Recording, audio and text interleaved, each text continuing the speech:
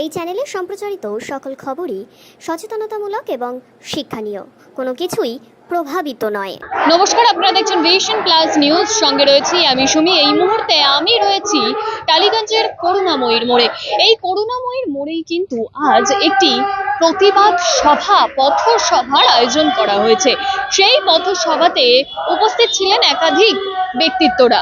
তার মধ্যে অবশ্যই উল্লেখযোগ্যভাবে বলা উচিত যার নাম অভিনেত্রী রূপা ভট্টাচার্য, সাথে সাথে অম্বিকেশ মহাপাত্র, অধ্যাপক অম্বিকেশ মহাপাত্র এবং আইনজীবী ফিরদৌসি শামীম। তারা কিন্তু তীব্রভাবে আরজি করের যে ঘটনা এবং গোটা সিস্টেমের যে দুলাচল অবস্থা, সেই অবস্থার তীব্র নিন্দা জানিয়েছেন এবং যত তাড়াতাড়ি সম্ভব এই দুলাচল পরিস্থিতি এবং আরজি করের ঘটনার বিচার তারা চাইছেন। তারা একাধিক ইস্যু কিন্তু সামনে তুলে ধরলেন, একাধিক বক্তব্য তারা রাখলেন বর্তমান পরিস্থিতি, সরকারের পরিস্থিতি এবং সাথে সাথে জুনিয়র ডাক্তারদের যে আন্দোলন, তাদের যে ডেডিকেশন এই আন্দোলনে, তা নিয়েও কিন্তু তারা বক্তব্য রাখলেন। এবং এখানে অর্থাৎ করুণাময়ীর মোড়ে দাঁড়িয়েই কিন্তু স্লোগান শাউটিং এই মুহূর্তে চলছে, যেখানে আমরা শুনতে পাচ্ছি সবার মুখে একটাই ডিমান্ড, উই ওয়ান্ট জাস্টিস। দেখুন সেই ছবি।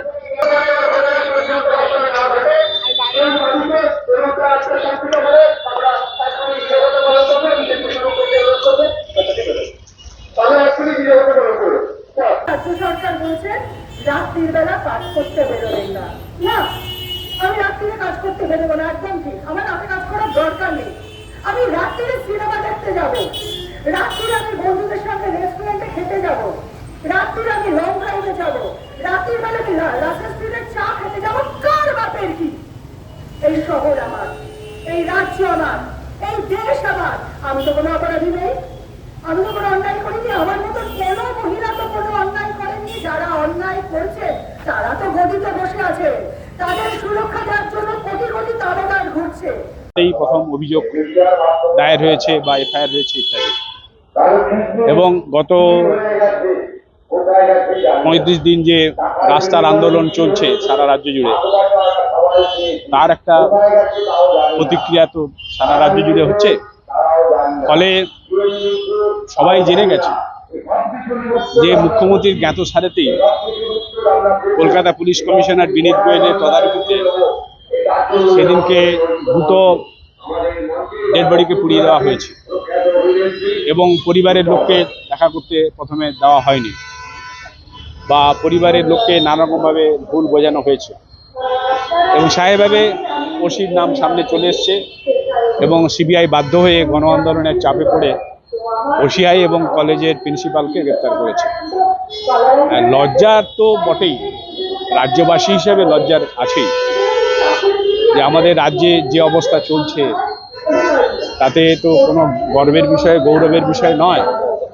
কিন্তু এই অবস্থায় পুলিশ গ্রেপ্তার হয়েছেন, আমরা মনে করছি যে গণ আন্দোলনের একটা ধাপ আমরা এগোতে পারলাম এবং একে ধরে পুলিশ প্রশাসনের বড় মাথারা যারা যুক্ত আছে, সে ডিসি সেন্ট্রাল আছে, ডিসি নর্থ আছে, কলকাতা পুলিশ কমিশনার আছে, আরও যারা যারা এর সঙ্গে যুক্ত আছে, তাদেরও গ্রেপ্তার হোক, তাদেরকে গ্রেপ্তার করে কাস্টডিতে নেওয়া হোক এবং প্রয়োজনে স্বাস্থ্যমন্ত্রীকেও গ্রেপ্তার করে কাস্টডিতে নেওয়া হোক। তাহলে সঠিক বিচার হবে এবং মানুষ যে আন্দোলন করছে তার বিচার সে আদায় করবে। অনেকে লেখালেখি করছে যে পুলিশ আগেও তো এরকমভাবে ফেক কেস দেওয়া, পেটি কেস যেগুলোকে বলা হয়, সেই কেস দেওয়া, বিভিন্ন অন্যায়ভাবে গ্রেফতারও করেছে এবং আপনিও দাবি করেছিলেন যে আপনাকে একসময় অন্যায়ভাবে গ্রেফতার করা হয়েছিল কার্টুন কেসে। আজকের খুব কলকাতা পুলিশের এসে গ্রেফতার করছে, কোথাও গিয়ে পাল্লি আছে এবং মানুষ। দেখুন, যেগুলো ক্রিমিনাল কেস হয়, ক্রিমিনাল কেসগুলোকে সাধারণতভাবে বলা হয় পুলিশ কেস, কারণ পুলিশ গ্রেপ্তার করে, পুলিশ এফআইআর করে, পুলিশ কেস দায়ের করে, পুলিশই চার্জশিট দেয় এবং সরকারের পক্ষে পুলিশই আইনজীবী লাগিয়ে বিচার প্রক্রিয়াকে এগিয়ে নিয়ে যায়। স্বাভাবিকভাবে পুলিশ যখন অপরাধী হয় তখন তার অপরাধকে সে কখনো প্রকাশ্যে আনবে না, এটাই খুব স্বাভাবিক, বরং তাকে ঢাকা দেওয়ার জন্য আপ্রাণ চেষ্টা করবে। এবং এটা যদি কলকাতা পুলিশ তদন্ত করত তাহলে এটা গ্রেপ্তার হতো না। এদেরকে ম্যানেজ করে দেওয়ার একটা ব্যবস্থা হতো। কিন্তু জনগণের আন্দোলনের চাপে এবং হাইকোর্টের নির্দেশে সিবিআই তদন্ত হওয়ার পরে এখন সিবিআই এর উপরেও চাপ তৈরি হচ্ছে। আপনারা জানেন ইতিমধ্যে প্রচুর মিছিল সল্টলেকের সিজিও কমপ্লেক্স অভিমুখে গেছে এবং তাদেরও দাবি যে সিবিআই কী করছে, এবং হাইকোর্ট মনিটরিং থেকে সুপ্রিম কোর্ট মনিটরিংয়ে গেছে। ফলে সিবিআই এখানে তো রাজ্যের সব মানুষই জানে, সাধারণ মানুষও জানে যে মুখ্যমন্ত্রী জ্ঞাতসারে পুলিশ এই তথ্য প্রমাণ লোপাটে সাহায্য করেছে। সেটা 14ই আগস্টের রাতের ঘটনা আছে, বা যেদিনকে 13ই আগস্ট হাইকোর্ট নির্দেশ দিচ্ছে যে কলকাতা পুলিশ তদন্ত করবে না, করবে সিবিআই, তখনই তড়িৎ গতিতে সেদিনকে সেই তথাকথিত সেমিনার হলের পাশে ভাঙা শুরু হয়ে গেছে। পুলিশ কিন্তু আটকায়নি। অর্থাৎ পুলিশ এক্ষেত্রে এই তথ্য প্রমাণ লোপাট থেকে ধামাচাপা দেওয়ার ক্ষেত্রে গুরুত্বপূর্ণ ভূমিকা পালন করেছে, এটা রাজ্যের মানুষ মনে করে, এবং সিবিআই সেই চাপে পড়ে গ্রেপ্তার করেছে। যে একটা আমাদের কাছে, আন্দোলনকারীদের কাছে, রাজ্যের মানুষের কাছে একটা নতুন আনন্দের সূচনা তৈরি হয়েছে। এখানে একটা প্রশ্ন জোরালো হচ্ছে না, টালা থানার ওসি উনি গ্রেপ্তার হলেন, কিন্তু বিনীত গোয়েল তার ভূমিকা প্রথম দিন থেকেই বিরোধীরা প্রশ্ন তুলেছিল, এবং সেক্ষেত্রে দাঁড়িয়ে এবার কি সিবিআই রাডার বা স্ক্যানারে কোনোটাতে কি বিনীত গোয়েলকে আনা উচিত বলে পারতপক্ষে মনে হয় আপনাদের? কারণ একটা হায়ার অথরিটি ছাড়া কোথাও গিয়ে তো এই কাজ করা যায় না। কলকাতা পুলিশ কমিশনার তাকেও কি এবার রাডারে রাখা উচিত? অবশ্যই রাখা উচিত, এবং সেক্ষেত্রে আমি উল্লেখ করে দিতে চাই যে আন্দোলনটা প্রথমে শুরু করে আরজি করের জুনিয়র ডাক্তাররা, তাদের দিদির বিচার চেয়ে, তাদের বোনের বিচার চেয়ে। তারপরে সেই আন্দোলনটা আস্তে আস্তে গণ আন্দোলনে রূপান্তরিত হয়েছে, এবং জুনিয়র ডাক্তাররা একেবারে লালবাজারে গিয়ে, কলকাতা পুলিশের হেডকোয়ার্টারে গিয়ে বিনীত গোয়েলের পদত্যাগ চেয়ে বিনীত গোয়েলের কাছেই পদত্যাগপত্র দিয়ে এসছে, আর একটা স্মারক হিসাবে ডাক্তারি ছাত্ররা একটা সিদ্ধান্ত দিয়ে এসছে। এবং সবাই জানে যে এখানে বিনীত গোয়েল সবটা জানে। এবং আমি আক্রান্ত আমরা মঞ্চের তরফ থেকে 29শে আগস্ট পরিবারের সঙ্গে দেখা করেছিলাম, নির্যাতিতার মা বাবার সঙ্গে দেখা করেছিলাম, এবং নির্যাতিতার মা বাবা অনেক কথাই আমাদের সঙ্গে বলেছেন। আমি সব কথা এখানে বলবো না, কিন্তু দুটো কথা বলতে হবে এখানে। একটা কথা হচ্ছে, যখন নির্যাতিতার বাবা মা, তিলোত্তমার বাবা মা হাসপাতালে নিজের মেয়ের মৃতদেহ দেখার জন্য উদগ্রীব হয়ে আছে, কলকাতা পুলিশ কোনোভাবেই সেটা দেখতে দেয়নি, এবং সেখানে বিনীত গোয়েল উপস্থিত ছিলেন। শেষমেশ যখন সেমিনার হলে নিয়ে গিয়ে মৃতদেহকে দেখানো হয়েছে, তখন বিনীত গোয়েলই সঙ্গে ছিলেন, এবং বিনীত গোয়েলের ফোনে মুখ্যমন্ত্রী পরিবারের সঙ্গে কথা বলেছে, এবং বিনীত গোয়েলের ফোনে মুখ্যমন্ত্রী পরিবারের সঙ্গে কথা বলেছে 9 তারিখে হাসপাতাল চত্বরে, যখন ওরা পরিবারের লোক যাচ্ছে, এবং মুখ্যমন্ত্রী আশ্বস্ত করেছেন যে যা হওয়ার হয়ে গেছে, আমি আমার কলকাতা পুলিশকে ব্যবস্থা নিতে বলেছি, আপনারা আমার উপর ভরসা রাখুন যে দোষী সে চিহ্নিত হবে, সাজা পাবে, যেভাবে আশ্বস্ত করেন। এটা এক। দুই হচ্ছে, তারপরে তড়িঘড়ি করে পরিবারের লোককে না জানিয়ে ডেড বডি নিয়ে চলে যাওয়া হয়েছে তার সেই সোদপুরের নাটাবাড়ির বাড়িতে। তারপরে এরা যখন জানতে পেরেছে সোদপুরে ডেড বডি চলে গেছে, এবং ওখান থেকে বারে বারে ডাকা হচ্ছে যে তোমরা চলে এসো, ডেড বডি চলে এসছে, তখন ওরা গেছে। তখন তো স্বাভাবিকভাবে বাবা মা বিভ্রান্ত। আমি বিস্তারিত বলবো না, আমি আমার অভিজ্ঞতা থেকে কয়েকটা কথা আপনাদের কাছে বলতে চাই। আপনারা সকলেই হয়তো জানেন যে আমি যাদবপুর বিশ্ববিদ্যালয়ে শিক্ষকতা করি, এবং আমার শিক্ষকতাটা হচ্ছে বিজ্ঞান বিষয়ক।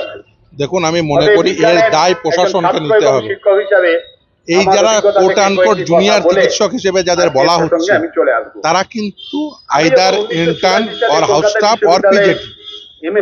এই ছেলেমেয়েরা তারা কিন্তু কেউ হয়তো এমবিবিএসটা সম্পূর্ণ করে তারা বর্তমানে ইন্টার্নশিপ বা হাউস স্টাফশিপ করছেন, আর কেউ বা এমডিএমএস পাঠ হচ্ছে। অর্থাৎ ছাত্রছাত্রী এদের সঙ্গে এই যে সরকারের যে সম্পর্ক, প্রশাসনের যে সম্পর্ক, দ্বান্দ্বিক সম্পর্ক হওয়া উচিত নয়। তারা কি চাইছেন? তারা চাইছেন একটা সুষ্ঠু ব্যবস্থা এবং সুস্থ ব্যবস্থা, যে ব্যবস্থার মধ্য দিয়ে কোনো দুর্নীতি থাকবে না, এবং তারা অন্ততপক্ষে সুরক্ষিত নিজেদের বোধ করবে। এটা একটা অত্যন্ত সাধারণ দাবি। কিন্তু দুর্ভাগ্য হলেও সত্য, সরকার তাদের যে সুরক্ষিত রাখার যে দায় সেটা নিতে পারছেন না, ফলে তারা যে নিজেকে সুরক্ষিত ফিল করতে পারছেন না। এটা সরকারের ব্যর্থতা, এবং এই ব্যর্থতার দায় নিয়ে তাদের প্রত্যেককে সুরক্ষিত রাখার দায় কিন্তু সরকারের রয়েছে, প্রশাসনের রয়েছে। ফলে প্রশাসনকে এগিয়ে এসে তাদের সুরক্ষিত রাখতে হবে এবং একটি দুর্নীতি মুক্ত একটি প্রশাসন তৈরি করতে হবে। আজকে যিনি দেশে আমাদের রাজ্যের মুখ্যমন্ত্রী এবং যিনি শাসক দলের একমাত্র নেত্রী, যার অনুপ্রেরণায় সবকিছু চলে, তিনি 1984 সালে একটা স্পষ্ট ইঙ্গিত দিয়েছিলেন যে আমি জনগণকে প্রতারিত করতে খুবই পছন্দ করি, ওয়ার্ড ডক্টরেট ডিগ্রি ব্যবহার করে। তিনি সংসদে নির্বাচনে পদার্পণ করছেন, অভিষেক পদার্পণ। এই পদার্পণের সময় তিনি নির্বাচন মন্ডলীকে প্রতারিত করেছেন, ওয়ার্ড ডক্টরেট ডিগ্রি ব্যবহার করে। আমি এই পদক্ষেপগুলোকে ষড়যন্ত্র বলে মনে করি, এবং এই ষড়যন্ত্র যে শুধুমাত্র এই আন্দোলনে ঘটছে তা কিন্তু নয়। বিভিন্ন আন্দোলনে বিভিন্ন সময় একই কাজ ঘটে, এবং এই যারা ষড়যন্ত্রকারী তারা মূলত হয় দেখবেন বেনিফিশিয়ারি। যারা এই ষড়যন্ত্র করছেন তারা এই সিস্টেমের যে অব্যবস্থা রয়েছে সেই অব্যবস্থার বেনিফিশিয়ারি। আইজাই তারা দুর্নীতির বেনিফিশিয়ারি অথবা দুষ্কর্মের বেনিফিশিয়ারি। এখন আমাদের খুঁজতে হবে তারা কোন ধরনের বেনিফিশিয়ারি। এই ষড়যন্ত্রকারীদের বিরুদ্ধে আমি মনে করি প্রশাসনের ব্যবস্থা নেওয়া উচিত। তিলোত্তমা আমাদেরকে শিখিয়ে গেছে প্রতিবাদ কিভাবে করতে হয়। আমরা এতদিন ধরে একজন সাধারণ নাগরিক ছিলাম, কেউ চাকরিজীবী, কেউ ব্যবসায়ী, কিন্তু সবাইকে এক ছাতার তলায় এনে প্রতিবাদ করতে শিখিয়ে গেল তিলোত্তমার মৃত্যু। আমরা যেমন স্কুলের প্রাক্তনীরা এতদিন একটা গ্রুপ চালাতাম, কিন্তু পরবর্তীকালে মনে হয়েছে আমাদের এবারে রাস্তায় না নামলে আমরা পরবর্তী প্রজন্মকে জবাব দিতে পারবো না যে আমরা এত বড় ঘটনায় রাস্তায় নামিনি। সেই পরিপ্রেক্ষিতে নাগরিক ঐক্যমঞ্চ নামক একটি ফ্রন্ট তৈরি করা, আমরা একাধিকবার মিছিল করেছি, আমরা রাত দখল অভিযানেও আমরা সামিল ছিলাম। আমরা ডাক্তারদের পাশে দাঁড়ানোর জন্য আমরা বেশ কিছু জিনিসও পাঠিয়েছি।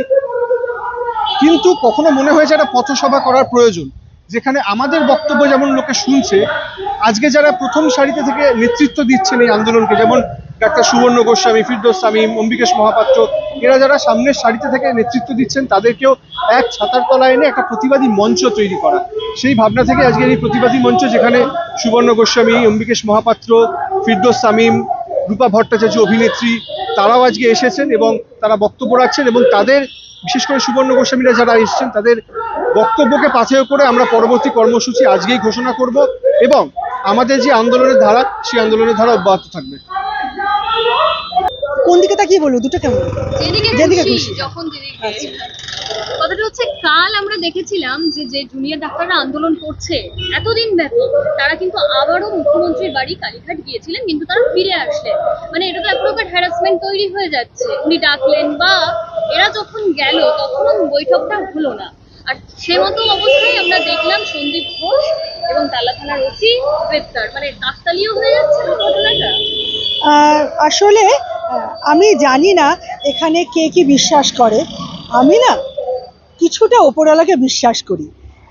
এটা তো কর্মফলের বছর অ্যাস্ট্রোলজিক্যাল হিসেবে, তো এই যেমন কর্ম তেমন ফল। এটা যদি কাকতালীয়র হিসেবটা ধরা হয়, সমাপতন যদি ধরা হয়, বাট তার আগে আমার অনেকগুলো কথা বলার আছে। এর আগে একবার এনআরএস জুনিয়র ডাক্তারদের সঙ্গে মুখ্যমন্ত্রীর একটা সমস্যা হয়েছিল, তারপর উনি ওদের কাছে গেছিলেন, তারপর ধমক টমক করে এলেন, তারপর তাদেরকে আবার নিজে ডাকলেন নবান্নতে, তারপর লক্ষ্মী ছেড়ে টেলে বললেন। এইসব এক রাউন্ড আমরা দেখেছি, এবং উনি তো অদ্ভুত পোরখা পলিটিশিয়ান। তার ফলে উনি জানেন একবার কোথায় খালি পায়ে একা হেঁটে গিয়ে কিভাবে সিম্প্যাথি নিতে হয়, সেগুলো উনি জানেন। তারপরে নবান্নয় যখন জুনিয়র ডাক্তারদের প্রত্যেকটা স্টেপে বোঝা যাচ্ছে তারা কিন্তু সমস্যার সমাধান চায়। কিন্তু মাননীয় মুখ্যমন্ত্রী একটা কথা বলেছেন তার আগে, যে ওরা বিচার চায় না, ওরা চেয়ার চায়। এই জুনিয়র ডাক্তাররা অ্যাকচুয়ালি সরকার উল্টে দিয়ে, এই কজন জুনিয়র ডাক্তার মিলে একটা সরকার তৈরি করবে, এবং তারপরে ওরা মনে করছে একজন ওদের মধ্যে থেকে মানে মুখ্যমন্ত্রী হয়ে যাবে। এই ভাবনাটা না, মানে সত্যি কথা বলতে গেলে এটা শুনে যে কোনো মানুষই হাহা করে হাসবে। তো মুখ্যমন্ত্রীর কথা শুনে যে কোনো মানুষ, ইন জেনারেল আমাদের যখন খুব ডিপ্রেশন হয়, আমি ইউটিউবে গিয়ে ওনার বিভিন্ন ভাষণ শুনে আমি এমনি হাহা করে হাসার জন্য শুনি। তো উনি মানুষকে হাসাতে, আনন্দ দিতে খুব ভালোবাসেন ওনার প্রতিটি বক্তব্যে, সেটা নিয়ে আমার কোনো বক্তব্য নেই। কিন্তু এই জুনিয়র ডাক্তাররা এখন ফাইনালি গেলেন, এবং ওনাদের যে দাবি ছিল যে লাইভ স্ট্রিমিং করা হবে, এই লাইভ স্ট্রিমিং তো আমরা সুপ্রিম কোর্টের যে এখানে এজলাসে যে বিচারটা হচ্ছে, যে শুনানিটা হচ্ছে, সেটারই তো আমরা লাইভ স্ট্রিমিং দেখছি। তাহলে যে বিষয়টা নিয়ে এত রকমের ধামাচাপা দেওয়ার অভিযোগ উঠেছে, দুর্নীতির অভিযোগ উঠেছে, সেটার লাইভ স্ট্রিমিং করাতে সরকারের তরফ থেকে বরাবর আপত্তি। আজকে ওনারা বলছেন মুখ্যমন্ত্রীর বাসভূমিতে সম্ভব না, নবান্নতেও তো ওনারা রাজি হননি, ওনারা কোনোভাবেই রাজি হচ্ছেন না। কিন্তু ওনারা একটা জিনিস ভুলে যাচ্ছেন, ওনারা মনে করছেন ওনারা প্রভু, তাই ওনারা যে সিদ্ধান্ত নেবেন সেটাই সঠিক। না, ওনারা আমাদের চাকর। ওনাদের মধ্যে কি আলোচনা হচ্ছে? সরকার জুনিয়র ডাক্তারদের কি বলছে? আমরা ভোট দিয়ে সরকারকে এনেছি। ওনারা প্রতিটা কৈফিয়ত জনসাধারণের সামনে দিতে বাধ্য। ওনারা প্রশাসক মানে আমাদের প্রভু নন, ওনারা বেসিক্যালি আমরা প্রভু, ওনারা আমাদের দাস। আমরা যেটা বলবো সেই অনুযায়ী ওনারা চলতে বাধ্য, এবং ওনারা কিভাবে কাজ করছেন তার কৈফিয়ত নাগরিকদের দিতে বাধ্য। তারপরও উনি কোথাও কোথাও মহিলা, কোথাও কোথাও বয়স্ক মহিলা, এইসব সেন্টিমেন্টে ওনাদের যারা ধারক এবং বাহক রয়েছেন তারা বলেন এটা কেন হয়েছে, ওটা কেন হয়েছে। তাতে আমার মনে হয় হ্যাঁ, উনি খুবই বয়স্ক একজন মানুষ এবং মহিলা, তো 60-এ তো রিটায়ারমেন্ট হয়। যদি জল মেশানো না থাকে আসল বয়স ওনার মনে হয় 60 পার হয়ে গেছে। তাহলে আমার মনে হয় ওনার বয়স অনুযায়ী রিটায়ারমেন্ট নিয়ে নেওয়া উচিত। কারণ যদি বয়সকে ওনারা ইস্যু করেন আর ওনার যদি চেয়ারটাকে করেন, তাহলে সেই চেয়ারের দাবি মেনে জনসাধারণের ভোটে যিনি এসেছেন সেই ট্রান্সপারেন্সি রাখতে লাইভ স্ট্রিমিং করতে ওনাদের যে বলা হয়েছে তার মধ্যে কোনো অসঙ্গতি, কোনো অন্যায় আমি দেখতে পাইনি। এবং ফাইনালি ওনাদের লাইভ স্ট্রিমিং বাদ, ভিডিও রেকর্ডিং বাদ, দুপক্ষের ভিডিও রেকর্ডিং বাদ, সেসব দিয়ে মিনিটসেও যখন ডাক্তাররা রাজি হয়েছেন তখন ওনারা এসে বললেন অনেক দেরি হয়েছে, যাও যাও যাও যাও, দূর হাঁটো দূর হাঁটো। কারণ তখন সর্বনাশ হয়ে গেছে। এদিকে দুজন বড়ে, এনারা যে দুজন ধরা পড়েছেন, অ্যারেস্ট হয়েছেন, আমরা নাগরিকরা মনে করি না এটা কেউ মাথা, দুজন এমন দুজন বড়ে ধরা পড়েছেন, যদি ফস করে মুখ খুলে দেন তাহলে যদিও এনারা দোকান কাটা, কান টানলে মাথা আসবে না, এরা কেউ হাত পা হবেন হয়তো, সেটা টেনে যদি মাথা চলে আসে। তাই ঘর বাঁচাতে এখন জুনিয়র ডাক্তারদের আন্দোলন সাইড হয়ে গেছে। আগে ঘর বাঁচাই, তারপরে ক্যাও ম্যাও কিচিরমিচির সামলাবো, তো এটা তো হবারই ছিল। আচ্ছা, এই প্রসঙ্গে স্বাস্থ্য ভবনের সামনে জুনিয়র ডাক্তাররা যে অবস্থান বিক্ষোভ করছে, সেখানে হামলার একটা প্ররোচনা করা হচ্ছে এবং সেটার জন্য কলতান দাশগুপ্তকে গ্রেফতারও করা হচ্ছে, 9 দিনের পিসি দেওয়া হয়েছে, কি বলবেন? এই হামলার যে আশঙ্কা করা হয়েছে, তো সেক্ষেত্রে এই আগে আদালত সিদ্ধান্ত নিক, বিচার করুক, এইটা এআই দিয়ে বা কোনোভাবে ম্যানিপুলেট করা অডিও নয় তো। আর কলতান দাশগুপ্তকে যে ধরা হয়েছে, কিসের ভিত্তিতে ধরা হয়েছে, এইটার ভিত্তিতে, তাতে কি আদালত বলেছেন বা পুলিশ সেক্ষেত্রে সঠিক প্রমাণ পেয়েছেন? কারণ যে জিনিসটা বারবার উঠে আসছে, এটা কোথাও আউট অফ ভিন্ডিকশন নয় তো। কারণ যে গাড়ি আটক করেছিলেন মীনাক্ষী মুখার্জির সাথে, অন্যতম প্রধান মুখ ছিলেন কলতান দাশগুপ্ত। প্রথমত হয়েছে যে তাকে যে আটক করা হয়েছে এবং অ্যারেস্ট করা হয়েছে, সত্যি সত্যি দেখা যায় যদি আদালতের বিচারে উনি সম্পূর্ণ নির্দোষ, তাহলে যারা আটক করেছেন তাদের বিরুদ্ধে নিশ্চয়ই কলতান দাশগুপ্তর দল আইনানুগ ব্যবস্থা নেবে এবং যারা আটক করেছেন তাদেরকে অপরাধী সাব্যস্ত করে এবং তাদেরকে অপরাধ ফ্রেম করা হচ্ছে বলে যোগ্য শাস্তি দেবে। নাগরিকরা সবসময় সঠিক বিচারের পাশে আছে।